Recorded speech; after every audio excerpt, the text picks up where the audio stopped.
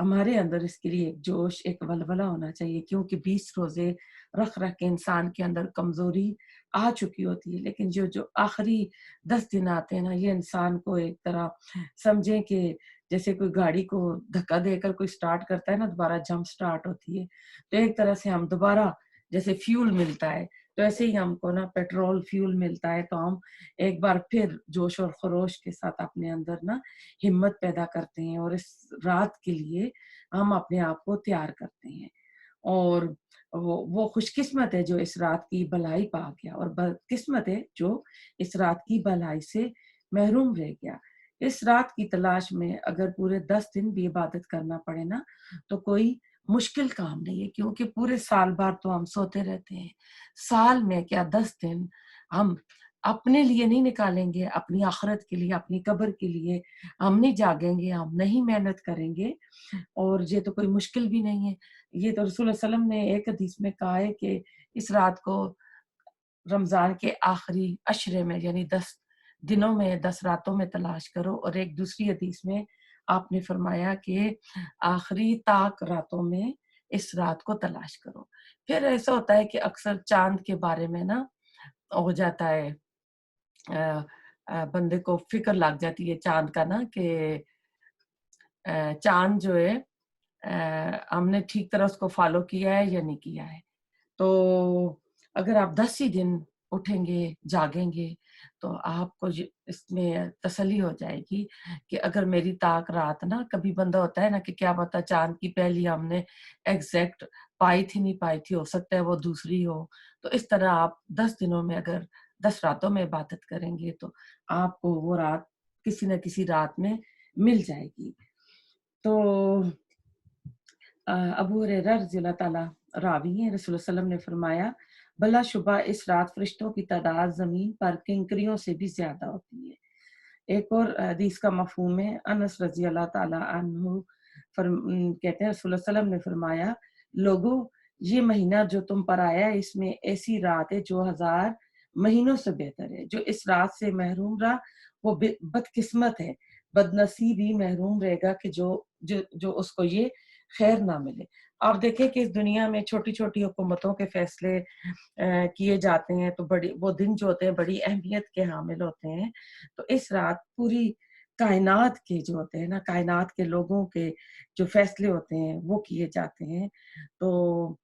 اس سورۃ دخان میں اسی رات کو لیلۃ مبارکہ بھی کہا گیا ہے، اور اس میں بھی فرمایا گیا کہ اس رات میں نا من کل امر حکیم، کہ حکمت والے سارے فیصلے جو ہوتے ہیں اس رات میں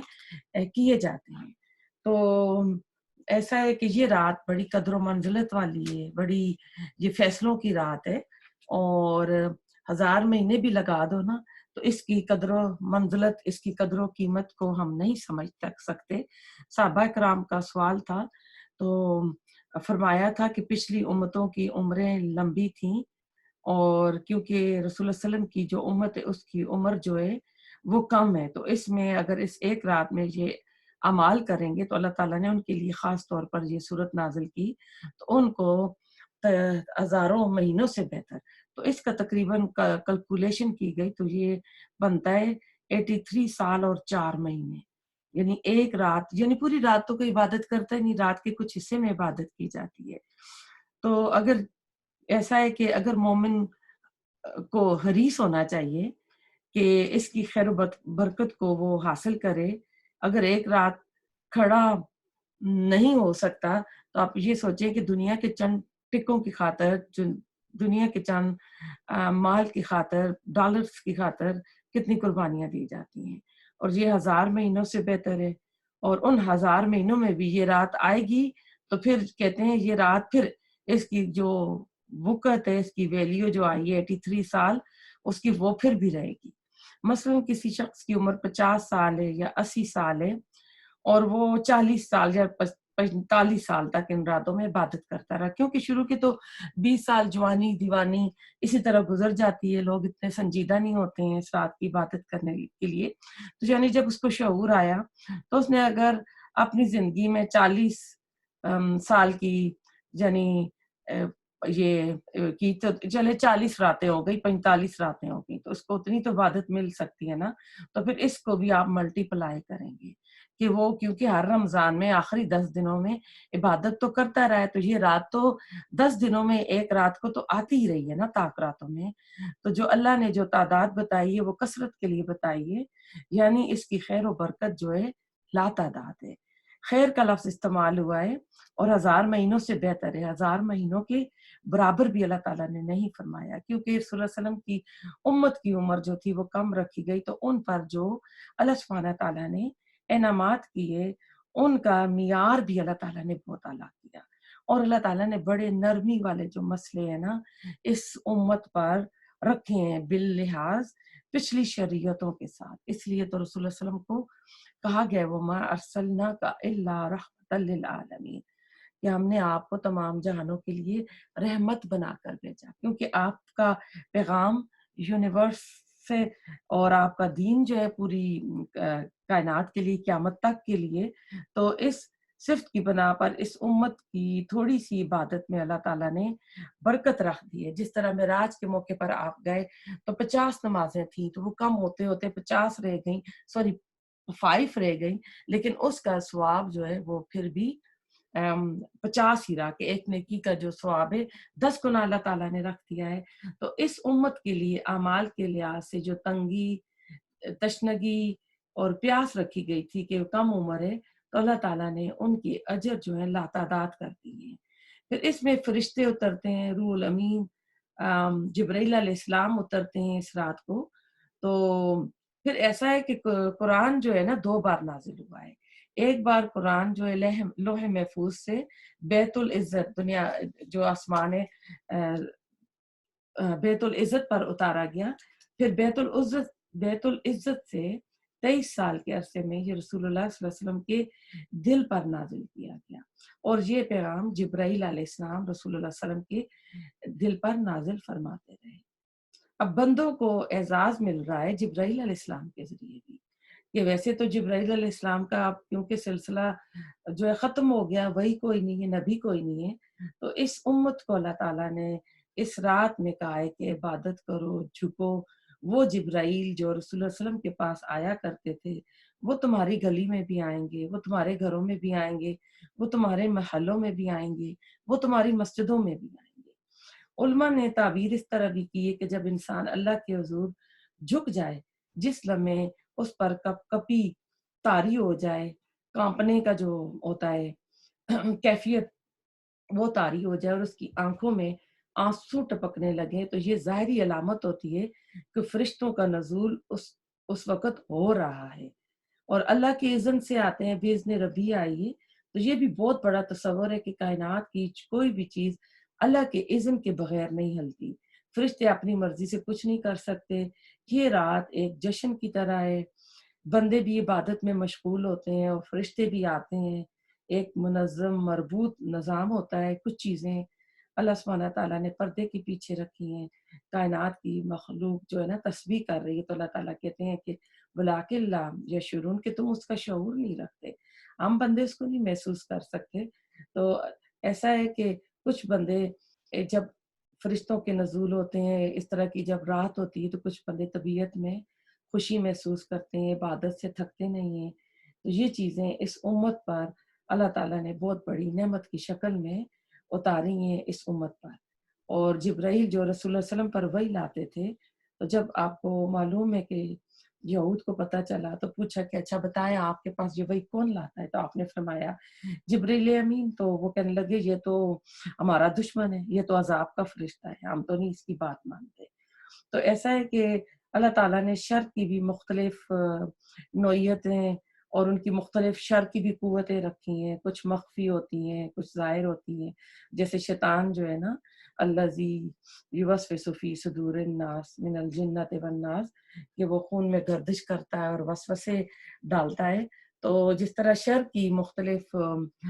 قوتیں ہیں، مختلف قسمیں، اسی طرح اللہ تعالیٰ نے خیر کی بھی رکھی ہیں. اور یہ فرشتے جو ہیں یہ مخفی قوتیں ہوتی ہیں خیر کی، کہ جو بندے محسوس کرتے ہیں.